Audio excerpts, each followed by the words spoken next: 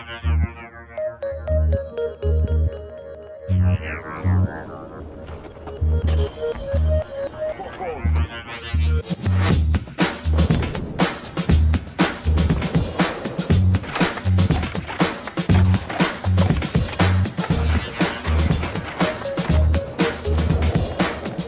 2007, EA cold-cocked Activision's Tony Hawk series with the release of Skate. Instead of button mashing for massive combos, Skate used the right thumbstick for kickflips and the trigger for grab. Nice grab! 16 months later, EA returns with a sequel. And while it would seem obvious that Skate 2 is far superior, don't go all aggro on the original just yet. We may indeed have a real battle on our hands.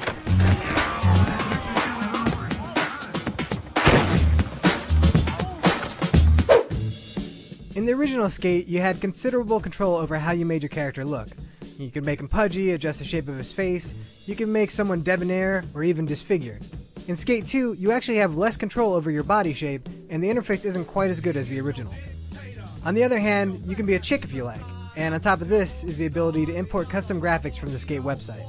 By a slight margin of victory, Skate 2 narrowly edges out its predecessor. In the end, being able to be a girl is better than making a guy who acts like a girl. Ah, that hurt! Skate changed the way we look at skateboarding games. The focus was on perfecting the flick-it controls on the right thumbstick to pull off every possible kickflip in the game. Skate 2 adds so many variations to your trick repertoire that the flick-it tricks are kind of a second thought. Hand plants, foot plants, hippie jumps, getting off the board, moving objects. While not all the mechanics are perfect, Skate 2's moveset is considerably greater than the original. Skate 2 wins handily. And I didn't even talk about the new bail system. Oh, those glorious bails. The career mode was a secondary concern in Skate. You could do some challenges with Skateboard Magazine and Thrasher to unlock some new areas, but the real purpose of career mode was to explore San Vanalona and hunt for the perfect line. Skate 2 throws a ton of new challenges into the mix and a bit of a story to boot, all of which detracts from what made the original so great.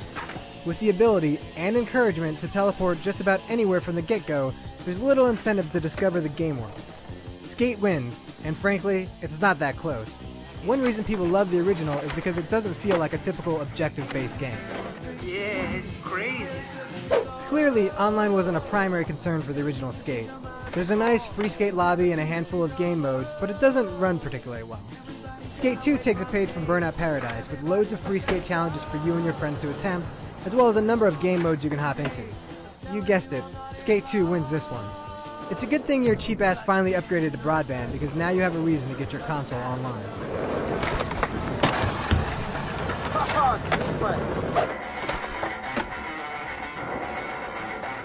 The original Skate soundtrack is a grab bag of beloved songs, focused less on the recognizable hits of mainstream artists, and more of what a true fan's mixtape might sound like. EA found the perfect theme with NWA's Express Yourself.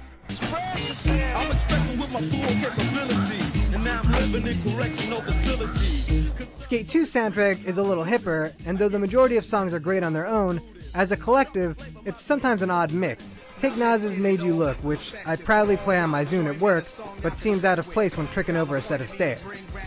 This is the toughest category to call, but the final nod goes to the first Skate. While the eclectic collection of songs in Skate 2 is fantastic, the original Skate soundtrack created the perfect vibe. Dude, you kill it. Seriously.